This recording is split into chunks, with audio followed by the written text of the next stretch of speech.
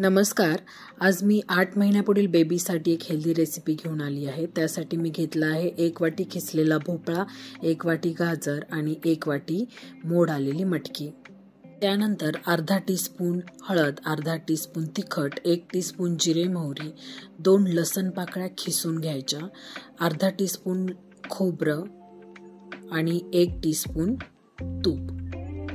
मी बेबीसाठी मटकी खिचडी बनवत आहे. त्यासाठी मी राईस आधीच शिजवून घेतलेला आहे. कढईमध्ये मी तूप गरम करायला ठेवलं होतं. तूप गरम झाल्यानंतर जिरे मोहरी, त्यानंतर खिसलेला लसूण टाका. लसूण व्यवस्थित लालसर होईपर्यंत परतून घ्या. त्यानंतर हळद आणि तिखट टाका. हे व्यवस्थित परतून झाल्यानंतर भाज्या ॲड करा. मटकी, गाजर आणि भोपळा यामुळे बेबीची पचनशक्ती चांगली होईल.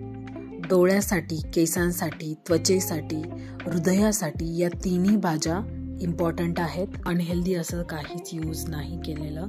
तुम्ही बेबीसाठी आठवड्यातून 2 वेळेस ही रेसिपी बनवू शकता. खूप हेल्दी आहे, त्यांना आवडेल. नवीन प्रकारे कधी खिचडी बनवून, कधी या भाज्यांचे पराठे बनवून, कधी रस्साभाजी बनवून बेबीला तुम्ही ते खाऊ घालू शकता.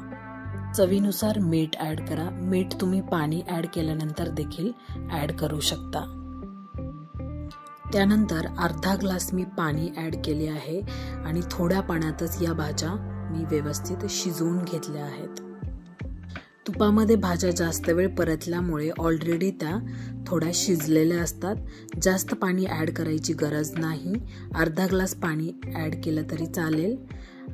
कमी पाण्यातच भाज्या शिजवून घ्या. जास्त पाणी टाकले तर चव बदलेल. त्यानंतर यामध्ये राईस ॲड करून व्यवस्थित परतून घ्या आणि वरती एक अर्धा चमचा तूप सोडा. खूप टेस्टी रेसिपी होते.